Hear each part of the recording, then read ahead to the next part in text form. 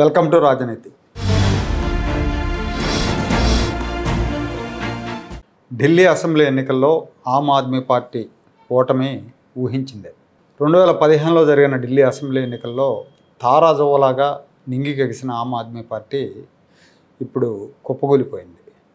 2015లో ఢిల్లీలో మొత్తం 70 సీట్లు ఉంటే 67 సీట్లు ఆప్ గెలుచుకుంది, ఘన విజయం సాధించింది. రెండో దఫా జరిగిన ఎన్నికల్లో 2020లో కూడా 62 సీట్లు సాధించింది 70 సీట్లకి. కానీ ఈసారి హ్యాట్రిక్ కొట్టడంలో కేజ్రీవాల్ ఫెయిల్ అయ్యారు. దీనికి కారణం ఏంటంటే రెండోసారి గెలిచాక కేజ్రీవాల్ ప్రతిష్ట మసకబారిపోయింది. ఆప్ ప్రభుత్వం మీద అనేక ఆరోపణలు వచ్చినాయి. మూడోసారి గెలవటం కొంచెం కష్టమైన టాస్క్ అయినప్పటికీ ఢిల్లీ లాంటి చిన్న రాష్ట్రంలో, విద్యావంతులు ఉన్న రాష్ట్రంలో కేజ్రీవాల్ కొంచెం జాగ్రత్తగా చేసుకున్నట్టయితే, జాగ్రత్త పడి ఉంటే మూడోసారి కూడా ఛాన్స్ ఉండేది. రెండో టర్మ్లో ఆయన మీద, ఆయన మంత్రివర్గంలో సహచరుల మీద వచ్చిన ఆరోపణలు, అవినీతి కేసుల్లో జైలుకి వెళ్ళటం, ఇవన్నీ కూడా ఆప్ ఓటమికి దారితీసినాయి. అసలు ఆప్ పుట్టకే అవినీతికి వ్యతిరేకంగా జరిగింది. యూపీఏ 2 హయాంలో అప్పటికే ఉన్న 2G స్పెక్ట్రమ్ కుంభకోణం, బొగ్గు కుంభకోణం, కామన్వెల్త్ గేమ్స్ కుంభకోణం, వరుసగా బయటపడుతున్న కుంభకోణాలకు వ్యతిరేకంగా అన్నా హజారే లాంటి వాళ్ళు అవినీతి వ్యతిరేక ఉద్యమం మొదలుపెట్టారు 2011 ప్రాంతంలో. ఆ అవినీతి వ్యతిరేక ఉద్యమంలో అన్నా హజారేతో పాటు అరవింద్ కేజ్రీవాల్, ఐపీఎస్ అధికారి కిరణ్ బేడి వీళ్ళంతా కూడా చాలా యాక్టివ్గా పార్టిసిపేట్ చేశారు. అయితే 2012లో కేజ్రీవాల్ ఈ ఉద్యమం నుంచి బయటకు వచ్చి ఆమ్ ఆద్మీ పార్టీని స్థాపించారు. 14లో లోక్సభకు జరిగిన ఎన్నికల్లో బీజేపీ, కాంగ్రెస్లకు వ్యతిరేకంగా ఆయన ప్రచారం చేశారు. 15లో జరిగిన ఢిల్లీ ఎన్నికల్లో ఆయన ఘన విజయం సాధించి ముఖ్యమంత్రి అయ్యారు. ముఖ్యమంత్రి అయిన తొలి రోజుల్లో చెప్పినట్టుగానే పేదల ప్రభుత్వం, సామాన్యుల ప్రభుత్వం అనే విధంగా పరిపాలన చేశాడు. ఎలాంటి విమర్శలకు తావు లేకుండా పరిపాలన జరిగింది. కానీ రెండోసారి గెలిచాక కేజ్రీవాల్ మీద, ఆయన మంత్రుల మీద అనేక ఆరోపణలు వచ్చినాయి, అవినీతి ఆరోపణలు వచ్చినాయి.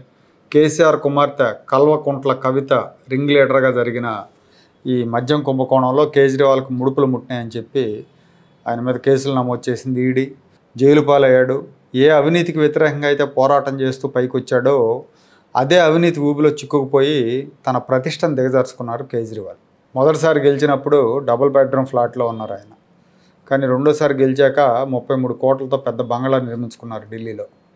ఇవన్నీ కూడా ప్రజలు చూస్తూ ఉంటారు. విద్యావంతులైన ఢిల్లీ ప్రజలు కేజ్రీవాల్ మీద వచ్చిన ఆరోపణలను నమ్మారు. ముఖ్యంగా మధ్యతరగతి ప్రజలు ఢిల్లీలో ఎక్కువ ఉంటారు. వాళ్లే కేజ్రీవాల్ బలం, వాళ్లే గెలిపించారు. ఈ దేశంలో సొసైటీ బాగుండాలని కోరుకునేది బలంగా మధ్యతరగతే. సో వాళ్ళు ఏంటంటే కేజ్రీవాల్తో మొత్తం బాగుంటుంది, రాష్ట్రం బాగుపడుతుంది, సమాజం బాగుపడుతుందని ఎన్నో ఆశలతో ఆయన గెలిపించారు.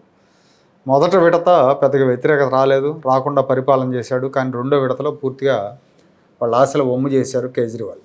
ఒకప్పుడు మధ్యతరగతి ఆయనకు బలం అయితే ఇప్పుడు అదే శాపమైంది, ఆయన ఓటమికి కారణమైంది. అలాగే ఇంకా చాలా కారణాలు ఉన్నాయి. తన వైఫల్యాలకి కేంద్రంలో ఉన్న బీజేపీ కారణమని బీజేపీ మీద నెపం పెట్టడం, లేదంటే ఢిల్లీ లెఫ్టినెంట్ గవర్నర్తో గిల్లి కజ్జాలు పెట్టుకోవటం, నిత్యం గిల్లి కజ్జాలు, గొడవలు పెట్టుకోవటం, ఢిల్లీ ప్రజలకు స్వచ్ఛమైన యమునా నీళ్ళు ఇస్తానని చెప్పి హామీ ఇచ్చి ఆ హామీ అమలు చేయడంలో విఫలమై, ఆ తర్వాత అసలు యమునా నదిలో పక్కనున్న బీజేపీ ప్రభుత్వం, హర్యానాలో ఉన్న బీజేపీ ప్రభుత్వం విషం కలుపుతుంది, ఢిల్లీ ప్రజలందరినీ కూడా సామూహికంగా చంపడానికని చౌకబారు ఆరోపణలు చేయటం, ఇవన్నీ కూడా ఆయన ప్రతిష్టను దిగజార్చినాయి, ప్రజల్లో ఆయన పలచం చేసింది. వెరసి హ్యాట్రిక్ దక్కకుండా తీర్పిచ్చారు.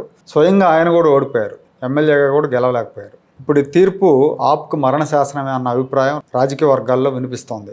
ఆప్ పక్కనున్న పంజాబ్లో అధికారంలో ఉన్నప్పటికీ ఆప్కి ఢిల్లీ బలమైన పునాది. దేశ రాజధాని ఢిల్లీలో పాగా వేసి అక్కడి నుంచి ఇతర రాష్ట్రాలన్నింటికి కూడా విస్తరించాలనుకున్నాడు కేజ్రీవాల్. అయితే ఢిల్లీలో చతికిలబడ్డారు. ఇప్పుడు పంజాబ్లో ఎప్పుడు ఎలా ఉంటుందో పరిస్థితి చెప్పలేం, అనిశ్చితి ఉంటుంది అక్కడ చాలా పార్టీలు ఉన్నాయి. కాంగ్రెస్ ఉంది, అకాలీదళ్ ఉంది, బీజేపీ ఉంది, ఆప్ ఉంది. కాబట్టి ఆప్కి బలం పంజాబ్లో ఎల్లకాలం ఎలాగే ఉంటుందని చెప్పలేం. పైగా దేశ రాజధానిలో పట్టు కోల్పోయిన తర్వాత ఆటోమేటిక్గా మునుపటి క్రేజ్ ఉండదు. పైగా ఈ నాయకత్వం పీకల్లో కేసుల్లో ఇరుక్కుపోయింది. వాటిలోంచి బయటకు రావడం అనేది ఇప్పట్లో సాధ్యమయ్యే పని కాదు. ఇంకో విషయం ఏంటంటే గమనించాల్సింది, ఢిల్లీలో కాంగ్రెస్ పార్టీ సీట్లు గెలవలేదు కానీ ఓట్ షేర్ పెరిగింది. దీన్ని కూడా గమనించాలి. ఎందుకంటే కాంగ్రెస్ పార్టీ జాతీయ పార్టీ, ఆప్ ఓడిపోయి ఉంది. ఆప్ నేతలేమో కేసుల్లో ఉన్నారు, రేపు పొద్దున మళ్ళీ జైలుకి వెళ్ళినా వెళ్ళొచ్చు. ఇలాంటి పరిస్థితుల్లో ఆప్ స్థానాన్ని అక్కడ కాంగ్రెస్ పార్టీ కైవసం చేసుకునే అవకాశం కూడా ఉంది. అదే కనుక జరిగిందంటే ఇక ఆప్ మీద ఆశలు వదిలేసుకోవాలి. కాకపోతే రాజకీయాల్లో ఏది కూడా చెప్పలేం, ఏది శాశ్వతం కాదు. ఇవాళ బ్రహ్మాండంగా ఉందనుకుంటే రేపు పొద్దున కుప్పకూలిపోవచ్చు, ఇవాళ కుప్పకూలిపోయింది రేపు మళ్ళీ పుంజుకోవచ్చు. కాబట్టి ఇప్పుడున్న పరిస్థితుల ప్రకారం అయితే ఆప్ మనుగడ కష్టసాధ్యంగా అనిపిస్తోంది.